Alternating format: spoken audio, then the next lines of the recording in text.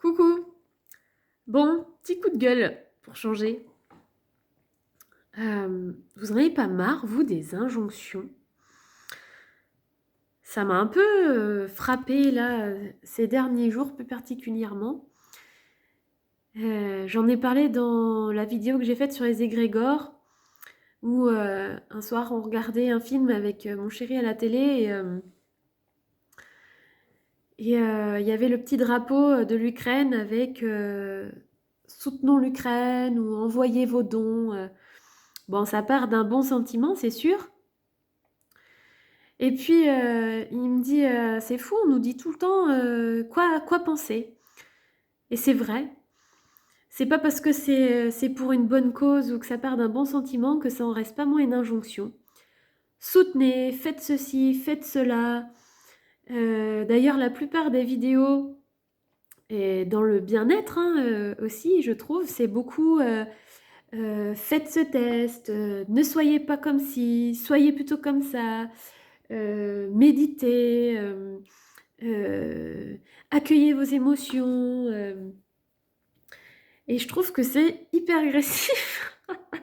En fait, c'est pas tant le fait qu'il y ait des propositions comme ça de fête, et puis on nous pousse toujours à trouver des titres qui sont accrocheurs, en grosse capitale en plus c'est écrit gros et plus ça attire l'œil, donc il faut des titres chocs, abandonnez ceci, commencez cela, lisez ceci, fais-toi confiance, fais confiance à ton intuition, développe tes capacités, arrête d'être en colère.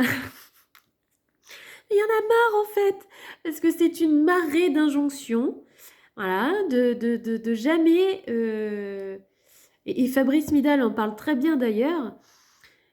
À travers ces injonctions, le message subliminal, je trouve, ce qu'il y a entre les lignes, c'est toujours le même, c'est arrêter d'être vous-même. Et un refus de ce qui est. Il faut toujours faire autrement, faire plus, faire moins, être plus, être moins. Euh, et je crois que j'en ai juste marre. Euh, je suis quelqu'un pour qui la liberté, c'est extrêmement important. J'ai horreur qu'on me dise quoi faire, encore moins qu'on me mette des délais. Ça m'horripile. Je pense que c'est mon âme qui est vraiment pas en accord avec les contraintes spatio-temporelles de l'incarnation sur Terre. Mais bon, c'est un autre sujet.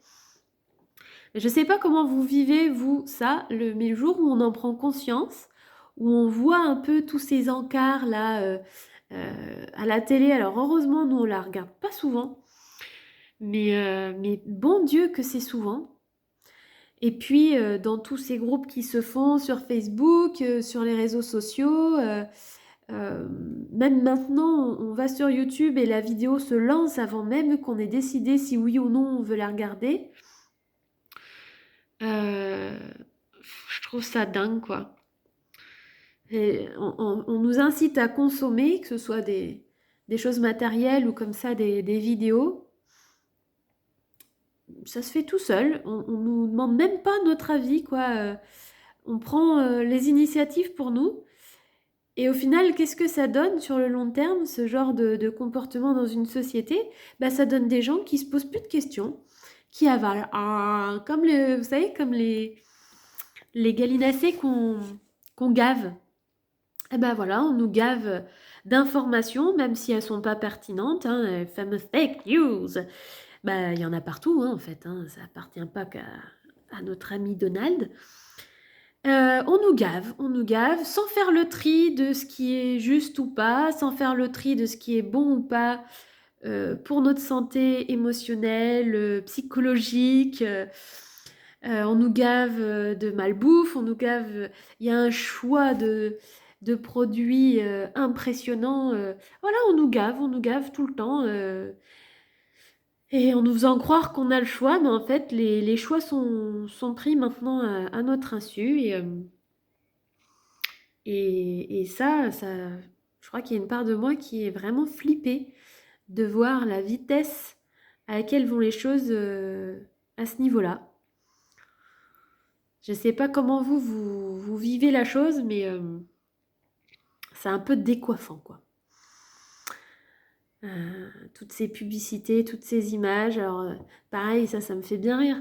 On nous interdit d'avoir les écrans quand on conduit, et on comprendra tous pourquoi, les raisons de sécurité, ok.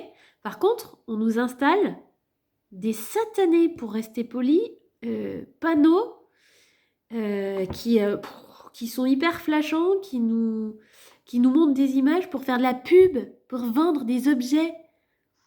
Mais les gars, enfin, à un moment, si on ne peut pas avoir de petit écran dans notre voiture pendant qu'on conduit, pourquoi on va en construire des énormes sur le bord de la route? Pourquoi? Pour consommer? Bref, coup de gueule. Ça fait du bien des fois. Et puis, si ça peut permettre d'éveiller aussi pour toujours plus de conscience de ce qui se passe autour de nous, ben c'est pas perdu. Allez, ciao!